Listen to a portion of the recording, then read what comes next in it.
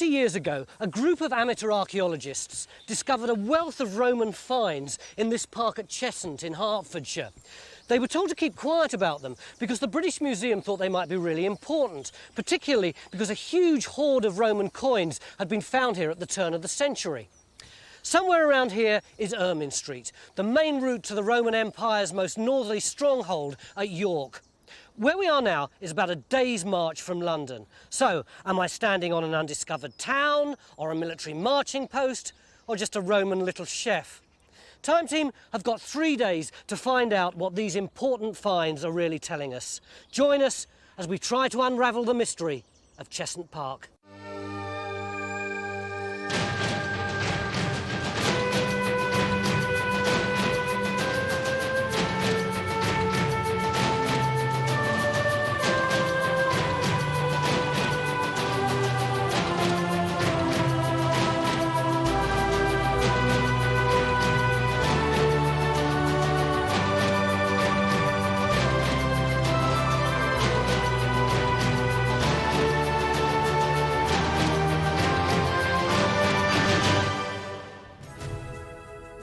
Chestnut Park is set on a hill overlooking the Chilterns and the Lee Valley, just 20 miles from London. It lies directly across the line of Ermine Street, the major Roman highway from London to York. But there's no sign of the road in the park today. Back in the 1950s, two families, the Mullingers and the Howletts, excavated the site. By 1964, they dug nearly 80 trenches. They didn't find Ermine Street, but they did uncover the fragmented remains of several Roman buildings. They'd no idea what they were, and even visiting archaeologists from the British Museum didn't know either. Jean Mullinger, filmed here in 1963, still lives by the park. Why did you ask us to come here in the first place? Well, we thought that this had been hidden long enough, really. You know, we wanted something done about it. Why hadn't anyone ever done anything about it before? Nobody was bothered, nobody was interested. And my husband's dead, so there was just myself left to say something. So I thought I would. Well, we're certainly very interested, aren't we? We've been fighting for the park for a long while, and decided to see what I could do about this. Why did your husband decide to dig here in the first place? It was always a thing he had about Romans, ever since being a boy. So he just thought there was something here? He just felt there was something there all the time. And he took it from a military side, and he said they always went to the top of the hill. It was probably the first day's march from London anyway. Yeah. How did he work that out? Well, he walked it himself from the manor house once in the wartime. From Manor House in London, all the way here? Yes. There wasn't any transport. Not down here. But these weren't his grounds, were they? Oh, no. No, they belonged to the Debenham family. And Miss Debenham should freely give consent. In fact, she came and helped. Phyllis Debenham's home, Chestnut Park House, was demolished after she died, and the local council bought the park. She features in a fascinating diary of the whole excavation. There's also a very detailed plan, so detailed that it's almost impossible to follow. They dug their trenches in a box grid, and the drawing looks almost like a child's board game. The first thing we've got to do is to see how this grid relates to the meadow.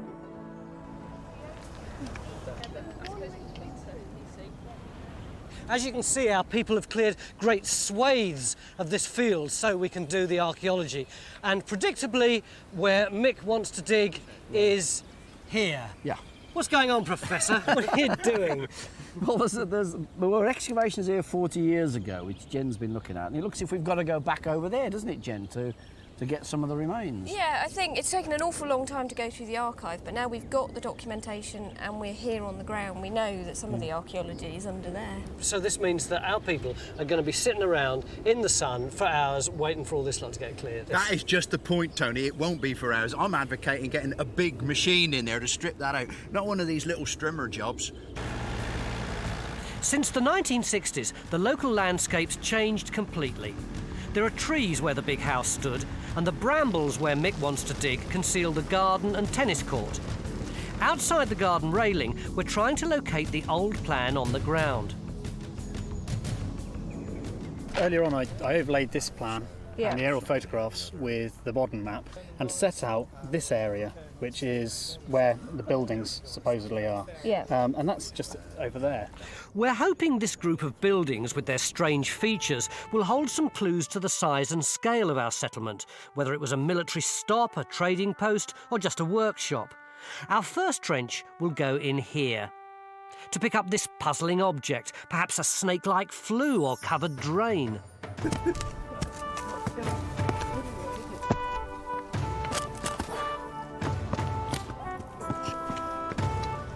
God, stone, a crow's jant. This is like concrete.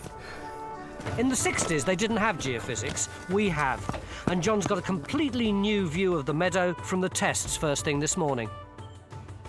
That's the iron railing along the edge of the field. Yeah. But then we've got all this noise here and a possible enclosure ditch. Right, so this is occupation in here? Yeah, look at the XY plots. Okay, I yes. mean, such a contrast between here and out into the It's field. very quiet out there, isn't it? I mean, it looks as though that could be a building. Yeah. And when you look at the res, Oh, crikey.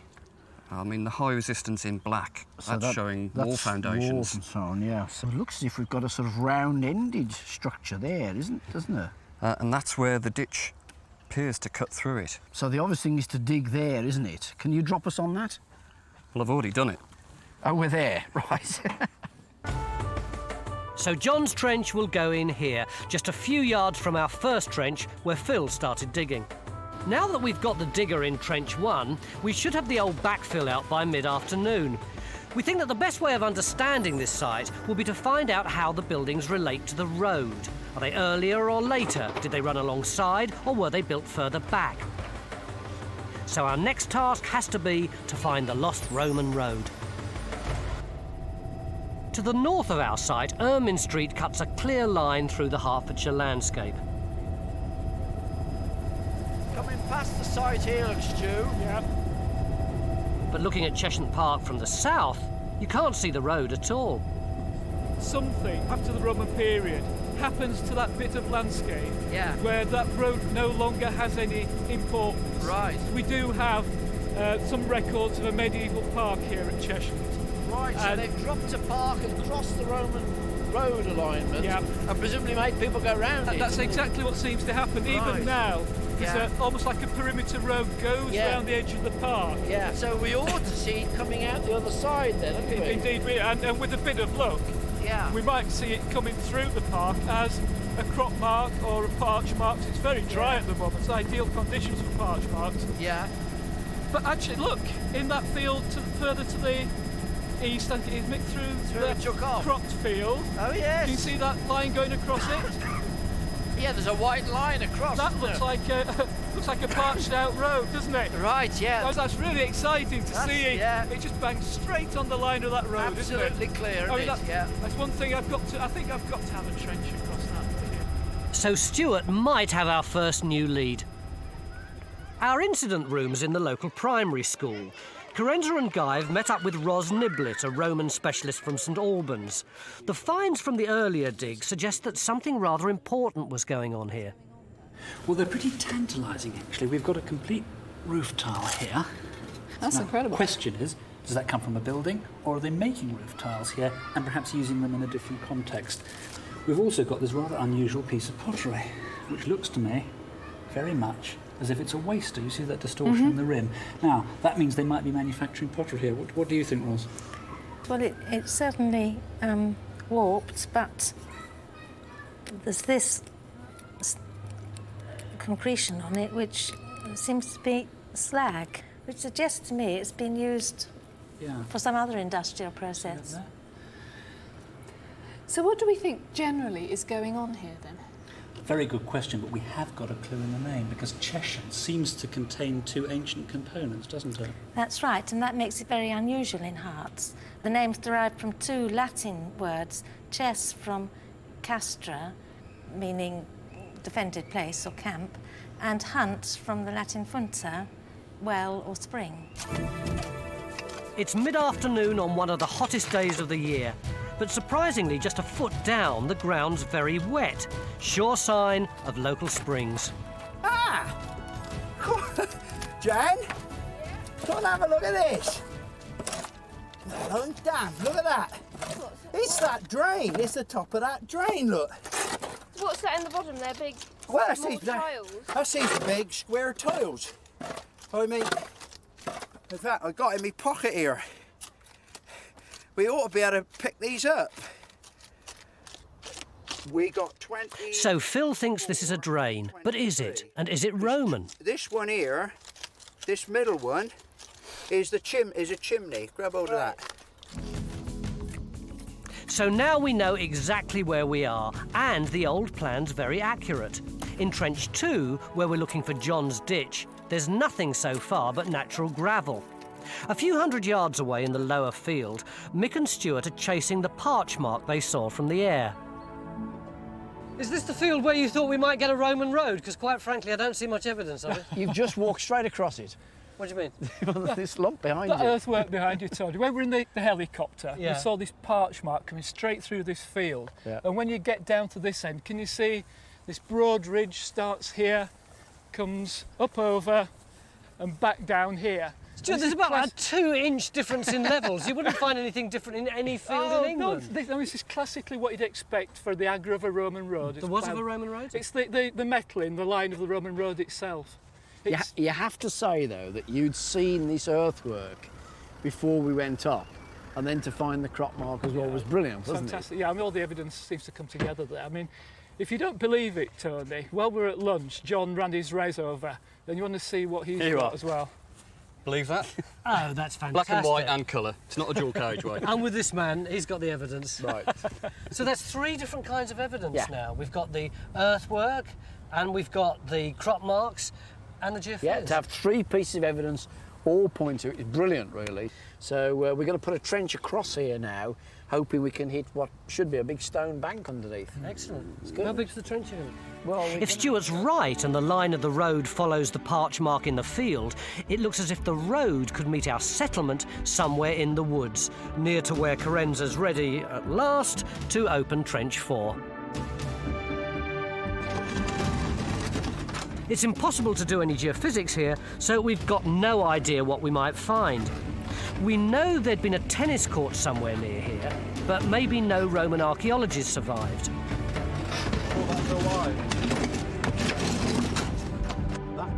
Back in Trench 1, Phil's joined by Peter Reynolds. With his knowledge of Roman industry and farming, Pete should be able to tell us what they were making here. He too thinks the location of the road is all important. So we really need to push the story this way because we know that the road is out there somewhere, and we've got this gap.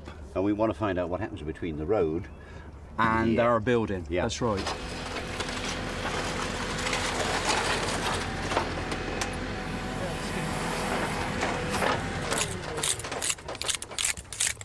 Katie, how are you getting on? Oh, it's just starting to look really good. You see this cobbly surface crikey, here? yeah, look at that lot. Oh, that's good, isn't it? Well, that must be it, mustn't it? This must be the surface of the road. And then just over here, you see this patch here? I think that must be the ditch that runs alongside it. So we're all just on this side of the road. We need to go a lot further back to get the other still side, need to get don't the we? other side, yeah. Well, you said it was anything up to 30 foot wide. Or Yeah, I mean, presumably if there was any cobbles on the surface, they've now gone and been robbed away, and we're seeing here the bedding, as it were, for the road, aren't we? That's what it's looking like at the moment. Yeah. There's no time to extend this trench this evening, but we'll open it up to the full width first thing in the morning. Mick, the amateur archaeologists who were here 50 years ago found a lot of stuff and they recorded it beautifully. Yeah, they did, yeah. But they didn't really know what they'd got, did they? No. Are we anywhere near helping them sort it out? I think we probably are, because of finding the road down the bottom end there. We've now got it in the trench, and we could see from the helicopter the alignment of it coming up the field across there. So what does that imply for our archaeology? What it means is that they thought the Roman road was that side, and therefore their excavations related to over there. We now know that the Roman road is over there, and it means that whatever this is down in these trenches is not right on the street frontage. It's somewhere in the back garden or up the back of the properties. So what are we going to do tomorrow? So tomorrow we move through into the bushes where we ought to be right on the street frontage, and that's presumably where the most important buildings are. So today it looks as though we've been in the Roman back gardens and the Roman potting sheds. Tomorrow, let's hope we can get into the Roman houses and offices and whatever's there. Yep. Join us after the break.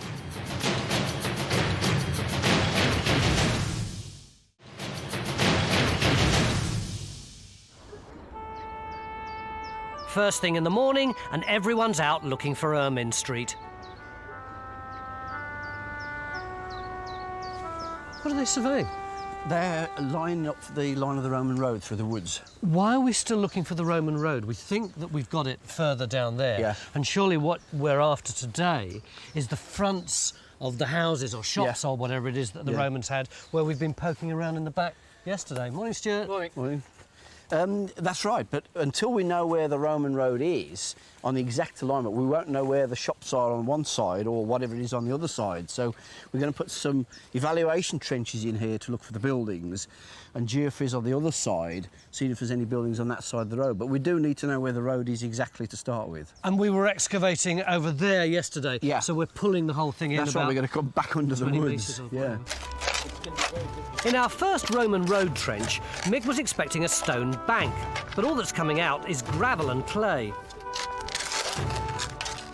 Harvey Sheldon, a Roman specialist from London's just arrived, and to confuse matters even more, he thinks we're digging in the wrong place.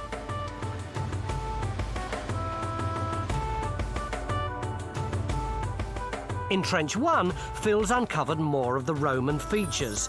In the 60s excavation, their exact purpose eluded even the most eminent archaeologists, but Pete thinks he's cracked it.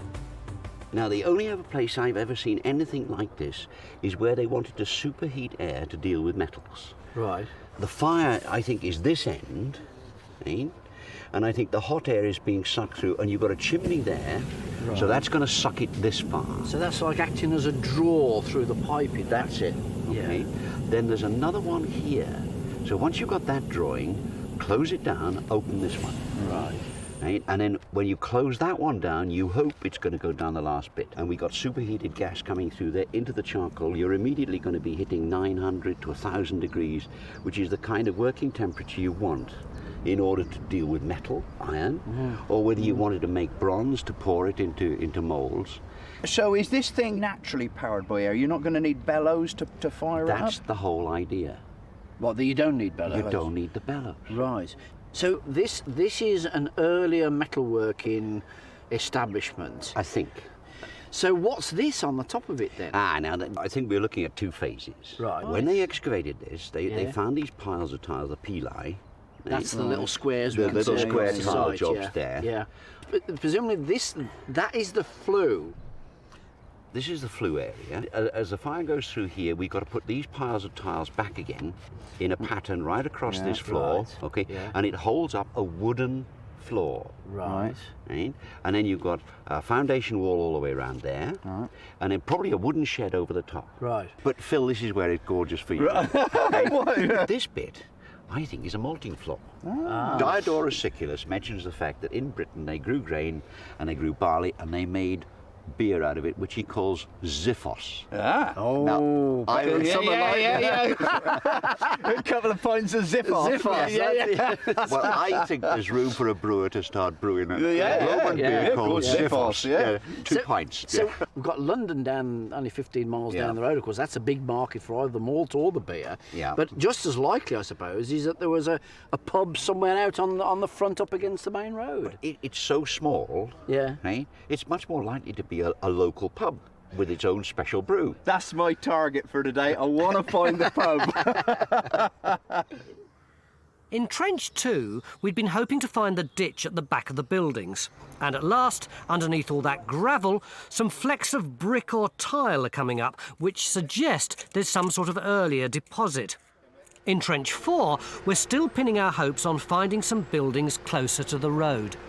Carenza? Hi there. How are we getting on? I can see that this is different colours, so presumably that's not natural.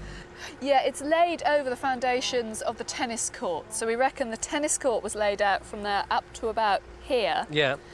And then you see here, where you can see it's very different. It's all sort of much darker brown with flecks of Roman brick and tile in it. We think that's undisturbed archaeology, but it's an absolute nightmare to dig through at the moment. Why is that? It's incredibly hard. The trees here sort of suck all the moisture out of the soil, and it's like digging through concrete virtually.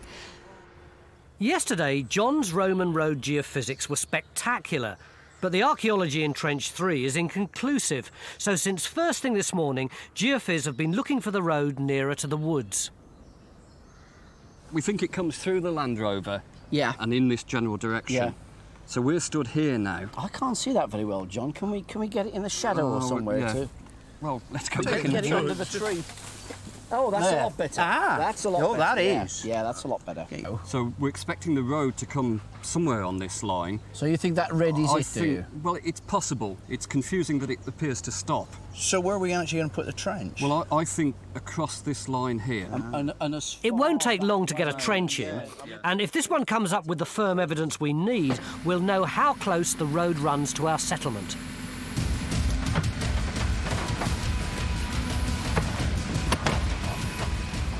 Cheshunt would have been about a day's march from London.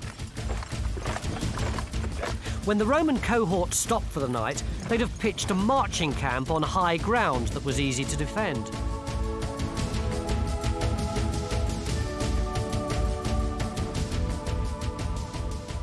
Friends, Romans, countrymen, I've gathered you here today because we're going to conduct a scientific experiment. We're going to see if surveying techniques have improved in the 2,000 years since the Roman occupation.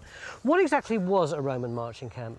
It's essentially a camp that we put up by a unit of troops on the march for their protection over the night. So the surveyors would have sprinted on ahead of the troops and surveyed and built it before the rest got here? I think it would depend upon the conditions. I think it's quite likely that the surveyors would be coming up under some sort of armed guard. Well, you've got the guard.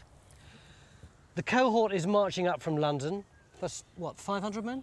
Yes, an auxiliary infantry cohort would be about 500 men. They're going to stay here the night, so you've got to lay out the marching camp for them. You see this road here? That's going to be this road here. You're going to do that side of it. Henry, you're going to do that side of it. How does your one work? this is a grow mark. Right, that goes on top of there. That's across, it's called a stela. Right, it's a line of sight instrument using strings. You've got 5 strings hanging down with weights on the end, so they all act as plumb lines, so they're all vertical. We can line this up down the centre of our road. By sight? By sight. My assistant here will go down there with a pole, and we will get a line down there. Now, because the cross at the top has got a right angle in, you can now walk around here, look down, a line of sight again with these 3 strings. Because you've got a cross at the top, this is vertical. Where our datum peg is will be our first corner of our section. So basically it's simply about making straight measured lines? Absolutely, using strings. How do you do that? Well, I don't use strings. I don't have to untangle Oh, strings. you don't have to untangle strings. This is going to get really dirty. Instead of bits of string and sight lines, I'm using lines between me and satellites orbiting the planet. So by triangulating the crossovers between these signals, I can compute a point on the ground. How long do you think it'll take you? Within the hour, I should have it done. Do you all know what you're supposed to do? Yep, thanks very much. Here's your maps. Thank you. Thank you. Harvey will be the final arbiter. Good luck. May the best man win. Thanks, Tony. Right, well, good luck. All right, race you. An hour? Well, maybe. The Romans loved their right angles. This groma is a replica of the type of instrument used to mark out Pompeii. We'll catch up with the marking out of the marching camp a little later. Phil, who's looking for another piece of the road, isn't sure if he's hit the remains of the surface or just natural gravel.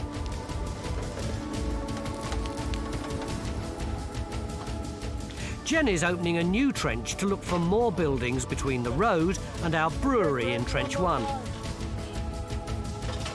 In Trench 4, there are plenty of finds, but no foundations. And I wonder if we haven't got a fire here, because here's a roof tile. That's the way it goes up. Yep. If you look underneath, all that conspicuous burnt carbon, do you see? Yes, yeah. So what we might have is a building going on fire, the roof collapses, and that settles down on top of one of the burning rafters, which of course is completely burnt away, just leaving that carbonised residue underneath. So other buildings surrounded the brewery, even if they burnt down. Over in Trench 5, Phil's found what he thinks is a road ditch. You can see here, this is the natural orange clay. And you see it there, and you can see that it's bright orange clay there.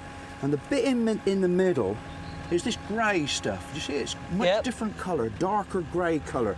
And in places, there are minute little fragments of brick in it. That's the infilling that's actually filled it up. And to my mind, it's the sort of thing that you'd actually get alongside of a Roman road.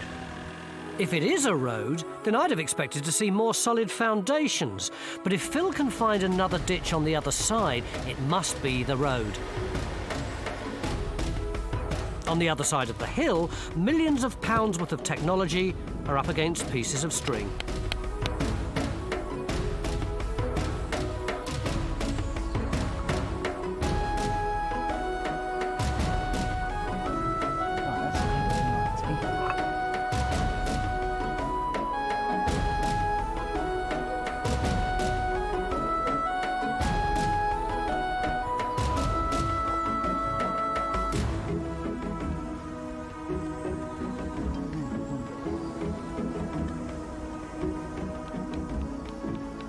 Well, Henry's finished pegging out his section, and our Roman surveyors will find out how long they took tomorrow.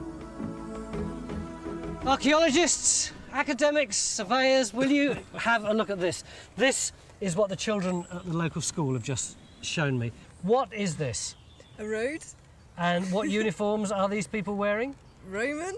Therefore, what kind of road is this, Katie? Roman road. It is a Roman road. Have we seen anything remotely like this over the last day and a half? Yesterday morning, you were so excited. You promised me you'd found a Roman road, you'd seen it from the air, you'd seen it at ground level, you'd seen it under the ground. Where is it? All we've got is a desultory piece of gravel. Oh, goodness, Tony, we still got it. All the evidence you've just articulated, it's all still there. It's telling us a big Roman road came up through here, and I think what we're seeing is a ghost of where it was. It was never ever going to be like that with nice big cobbles on top of it, was it? I'm just still not convinced though, because the gravel that we've got is actually sitting in what looks like to be ditches. It's not. There's not a piece of gravel with ditches either side. And what do Roman roads have on either side of them? Ditches. But not with gravel in them. If the Roman road has slipped, which they do, and the course changes, ditches get filled in. That's been seen on other excavations. That road is there, and then it's coming through here. Maybe our preconceived ideas are wrong. What did they build these Roman roads out of? Presumably not tarmac. Well, here in Hertfordshire, they built it out of gravel and clay. They put a bank of clay and rammed some gravel in it. That's what they had to have. So the classic sort of view that I've seen of different layers and so on is a bit of a model, a bit of an ideal, is it really? Certainly as far as this neck of the woods is concerned, and they didn't follow the textbook. They did it as cheaply and quickly as possible. Using the local stuff, yeah. What's up, Phil? Right, great news. Pot. Roman pot. Oh. I bet you can tell me a bit more about it than that, but... That is the best piece of news we've had all day. We've been talking about Roman roads. We've been speculating about Roman roads. This means it is a Roman road. Absolutely. This is 4th century pottery. So it is a complicating factor, because that means it's looking like a later road. And we've got other road surfaces around, so this isn't quite what we expected. But you know, I don't really give a damn how old it is. I'm just so overjoyed to get any pot brilliant. at all. In Trench 2, I thought we were looking for signs of a ditch at the back of the buildings. Now, all of a sudden, an almost complete pot's coming up. So what do you think it is? Well, I think it's one of these, black burnished kitchenware Storage jar, pot. made right the way down the southwest in Dorset. Right. So what on earth is it doing here? Yeah. Well, one of the answers is it's sold in vast quantities to the military right the way up in the north. Right. As well. Which makes me think that Tom was right. This was military stop. Well, it's quite possible, but I mean, it does give us a date because it's a 4th century jar. It's 4th century time. What's it in there? Is it a ditch or a pit or something? I think it's been thrown away, discarded as a piece of rubbish into what looks like some sort of pit or trench, yes, and then it's just been filled in over. Right. Do you use that kind of earthenware for cooking? After you've had a few meals out of it, it's going to become contaminated with the foodstuffs. It's not glazed, so it's completely useless. So they just chuck it away. It's a totally different set of values. We think that's something nice. We put it on the shelf and look after it. But no, for them it's a universal container. Bung it away, get another one. Is she coming out?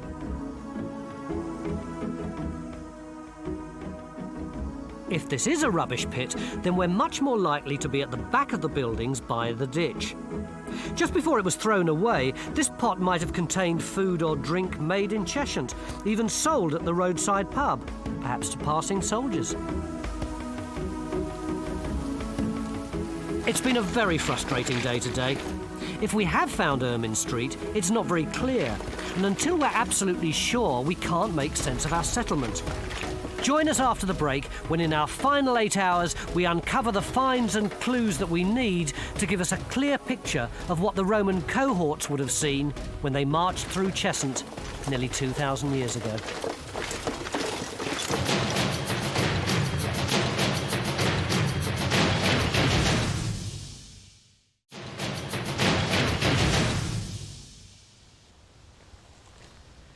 Beginning of day 3 and Mick's dragged me off into the woods again. What are we doing here this time? Well, I thought you ought to come and see a stretch of the Ermine Street that's much better preserved than we've got on our site. And although a lot of what you can see is sort of medieval, later woodland and all the rest of it, this big, wide embankment that we're on is actually the agger of the Roman road as it runs north from our site. So it's not just this little bit of track? No, this is a later track. Yeah. But the bits between the ditches from over there to over there. So it's right from somewhere here, yeah, all the way, kind of over to this tree line and beyond. That's right. And they were big, weren't they? Well, yeah. I mean, the area's defined by the ditches, and of course, all that we're doing today is about finding the ditches. Even if the metalling of the road has gone in the middle, then the ditches define the width of the road as it ploughs through, and we've got to sort that out in relation to the settlement. It is incredible, actually, even though these trees wouldn't have been here in Roman times and the whole environment would have been quite different. You really do begin to get a bit of a sense of what it would have been like when Roman legions were marching down the road, don't you? Did you go back? I thought you'd gone there for a minute.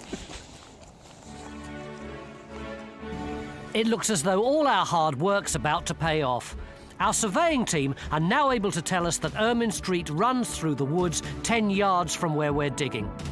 Mick'll put a new trench on the roadside because we're still uncertain about what happens where our settlement meets the road, whether we've got a military canteen or a roadside pub.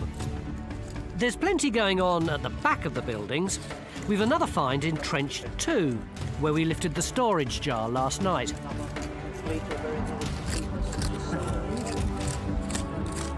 Seems to be a black burnished dog dish type, but of course they weren't used for dogs. It just looks like a modern dog dish.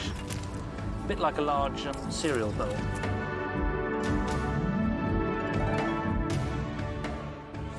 Mick, we seem to have the line of Stewart's Road over there where Kerry is, don't we? Yeah. That's the ditch on this side of the road. The road's beyond that. And is this an extension to see where the two join up? It's the beginnings of it, and there's already stuff in there that Katie's finding. What have you got, Katie? Well, at first we were really worried that the tennis court that was built here in 1904 has actually damaged all the archaeology. But in actual fact, it stops around here somewhere where all this rubble core is. And then we've got a feature going through here, which may be a wall of a building. And then we've got a cobbled surface, which may be a street or a courtyard or something like that. But Ros, you're not nearly as interested in Stewart's Road as you are in this little funny bit here. That's right, and I think we need to sort out what that is and how it relates to the ditch over there and how everything relates to what we've got in here. Which ditch over where? The ditch over here. This is in this trench? Yes. On the far side of the that we dug big, long one. yesterday. This one here. Well, there's hardly anything there, is there? It's a wonderful ditch full of black silt where the pottery was found. Why is that so significant? Because of the date of the pottery and particularly because of the alignment of the ditch. We know from the geophysics, which this is it, this is the ditch or part of it, it probably went on here. But the interesting thing about it is it's a slightly different alignment to that of Ermine Street, but it's on just the same alignment as a whole landscape of banks and ditches over in that area on precisely this alignment. And the interesting thing about them is that they predate the medieval park, and they appear from the pottery here to post-date in the very late Roman period. So does that mean could be Dark Ages. It could well be, yes. And that's a period we hardly know anything about, is it? Virtually nothing about it in this part of Hertfordshire. It could be extremely important to the history of the area. So where do we put the trench? We dig a trench along here, not... Come on, Mick. I am. I don't do running. Just where? Just about here. You with us, Mick? Yeah. Now, you want to dig a pretty big trench over here. Not that huge, but going through there. Quite big. Yeah. Yeah. Ros wants to dig a trench just here. Yeah. Have we got time to do both of them in the few Well, hours? I don't know really. I think it depends what Ros is thinking of here. I mean, I'm thinking of a small trench coming out here. well, I mean, would you do this with a machine? Carefully, yes. Well, in which case we probably could. Yeah. I mean, I think that's very important in there. We need to concentrate on that area. You don't want to dig this other one, do you? Well, I'm interested in these alignments. I think they're probably later, but you know, yeah. I mean, if it's small and we, You're such a diplomat. I know your body language. He's not convinced at all. We'll dig it, all right? All right? Yeah. Screw his neck sometimes, don't we? So if Ros is right, this settlement could have been in use into Saxon times, although Pete thinks they'd have had to survive without the brewery. We've got the flue in position so that the hot air comes from the fire, goes under the floor, and then comes up through the three positions in the side walls and the back wall, fills the whole of the interior with hot air, and you can regulate that between about 5 to 10, 15 degrees, right the way through to 100 degrees, to malt the barley. And then you've got the wooden floor over the top. Because when this blew, they got the temperatures wrong. And they burnt the whole thing down. Because when they excavated, the whole of that timber superstructure fell into the middle. Ouch. Yeah. Does that happen often? Well, it seems to be a regular occurrence when they were making beer. Never a dull moment alongside Ermine Street. But what happened on Ermine Street itself? What were these roads used for? Were they just for moving Roman armies about?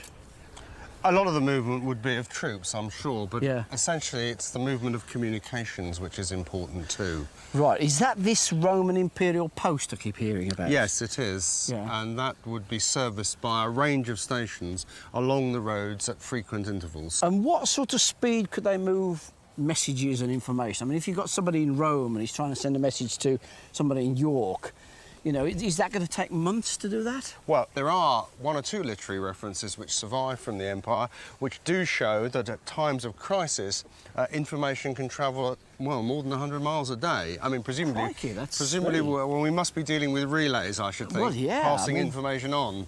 So if this place wasn't an official post, it was just on the main road, what would you expect to see there?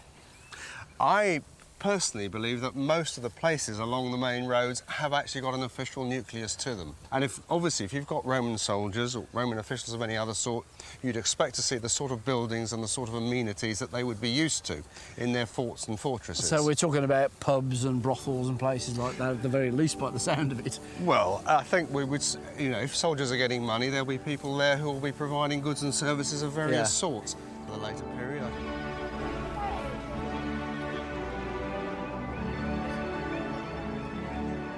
At last, there's something to see in Trench 4.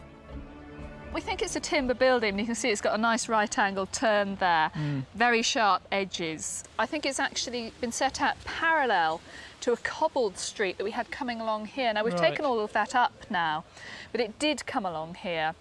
And then underneath it, we have this feature coming through here, which I think it's a load of flint packing that's a foundation for something, but something quite big. So we've got a late Roman phase, Excellent. 3rd, 4th century maybe, and something a bit earlier underneath. That's perhaps. looking good, actually, because that seems to indicate what we've got at the moment. This is where you are. Right. This is the Roman road, the main Ermine Street coming through. It's in those trees over there. We've got 3 or 4 ditches now. We've got pottery out of them and ditches and so on.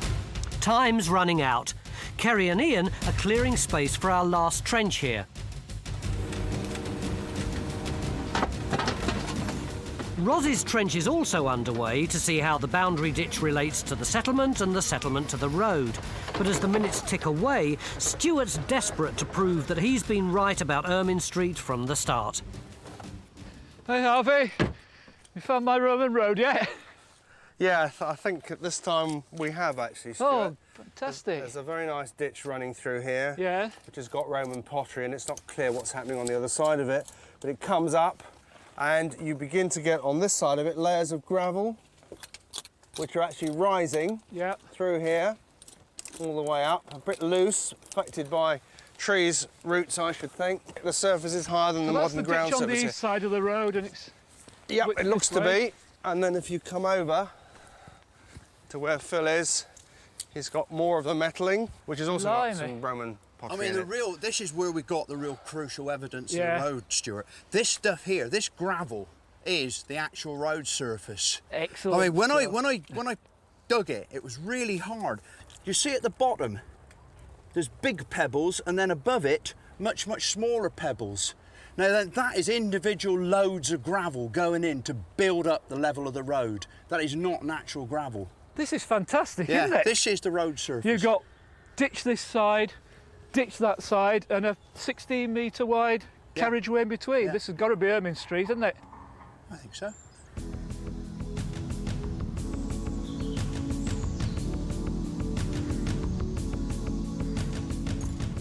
Yesterday, we asked our surveyors to set out a Roman marching camp, pitting pieces of string against satellite technology. The big question, who did it quickest?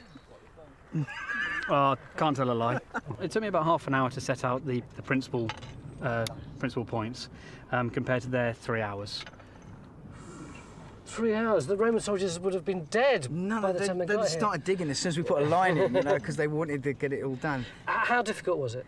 We couldn't beat them for speed, so we tried for the accuracy angle. How accurate were the angles? Well, I went back afterwards and surveyed in their points to look at how close they were to a nice 90-degree angle, and on every case it was within a degree or so it was all right. Well, you're patting yourselves on the backs, but if I look down there, I see a little dog's leg at the end. Well, it's not as much of a dog's leg as we thought there might be. Because we was using string to measure, I've got marked string, it's waxed against shrinkage, but of course over that distance, which I've never done before, we was obviously pulling the string. It's stretching, and therefore we nearly caught up with him coming down the hill. I've never heard such a list of shabby, obscure excuses in the whole of my life.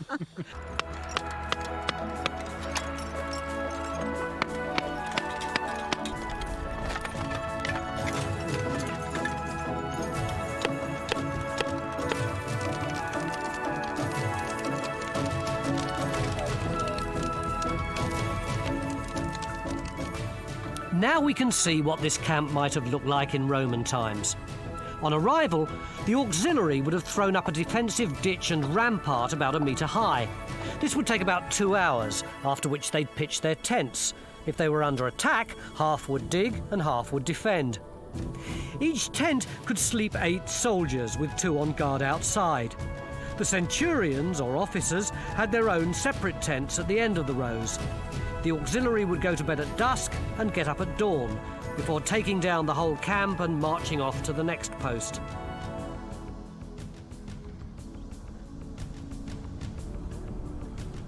And with just 2 hours to go, Carenza's new trench turns out to be unmistakably Roman. Carenza, is this what I think it is? It's a mosaic, if that's what you're thinking. It is. Blimey. That's great news. We were so surprised because Ian was opening this trench up down here thinking we were looking for the road, which we've all kind of forgotten about right now. Yeah, I mean, amazing. What we're fascinated about is the fact we've got a tiled floor here. Yeah. And then there's a gap between the two, which we think might be a timber partition between the 2 floors.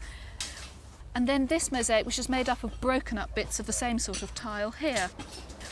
But it's quite rough and ready. I mean, it doesn't look as if it's set in a mortar floor. But even if it's rough and ready, it's going to be higher status, isn't it, than the brewing equipment out the back, which we had earlier on? Exactly. It's definitely the fancy end of the building. So this is like the public bar rather than the storeroom round the back. So what are we going to do now? Well, it's stopped here at the tennis court, so there's going to be nothing more of it here, but obviously it's vanishing into the side of the trench. So there's a possibility that this might be the wide border around a much finer mosaic in there. Wouldn't that be great? We've got to find out. It's 10 to 4. We've got a lot of trenches still open that need recording and Oh, so you'd like digging. to stop on this one then? No. I'm with you on this one. Let's get digging. Everyone's working flat out to find more buildings. There's now so much coming up that no one's sure whether we're looking at a side street lined with shops and houses leading on to Ermine Street, or a series of commercial buildings one behind the other. Although Ros hasn't found any later deposits, she's uncovering evidence of burning, and there are more wall foundations with floors between.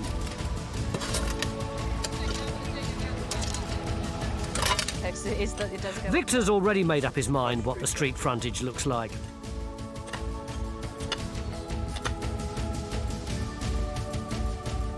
Although Ermine Street hasn't presented itself as a textbook Roman road, there's no doubt in our minds that we've found it. And that makes understanding our group of buildings much easier. Pete, this is just a field now, but what was going on here 2,000 years ago? Well, I think what we've got is a beer production system. How does it work? This is where we have a flue. We've got a grain malting floor in here on a raised floor, so you've got hot air coming through, making it germinate, then killing it off. When you've finished with that, what you can do, process it, more heat, and on this particular bulk here, what we've got is an area of burning over there, and then as we look towards this way, we've actually got butts of stone walls, look, and next door to them, there's a hearth. So it's the next process. Yeah, it's a lot of heat and heating water up needed, isn't it? Exactly right. Yeah. You've got lots of heat, lots of boilings up, and at the end of the day, you end up with beer. So as we come through here, the road over there, we think we found where they sell it, the pub. And this is the pub? We think this is the pub. Coming in, gentlemen. Yeah, there we are. Off we go. Now then, down here, we've actually found a tessellated floor. And if you look just on the side there, we think there's a slot running through, and maybe where Phil is the bar. So we're looking at Roman lino, in fact. Phil, you're in your element. You're where you've always wanted to be. You're right in the middle of a pub. Well, of course I am, Tony. It wouldn't be me, would it, if I hadn't got something to drink off it too?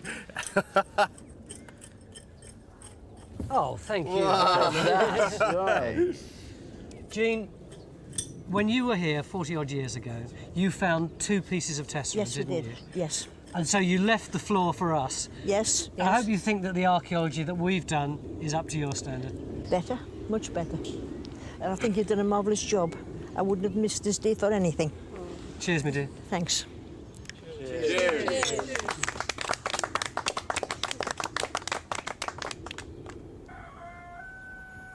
So our settlement had a pub. Shall we call it the Centurion's Head, which was making its own ziphos in a big building at the back. It might have been the heart of a small group of shops and hostelries, earning their living from the passing trade on Ermine Street.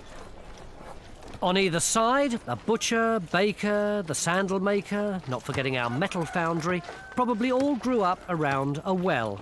And of course, any good settlement would be protected by a ditch at the back.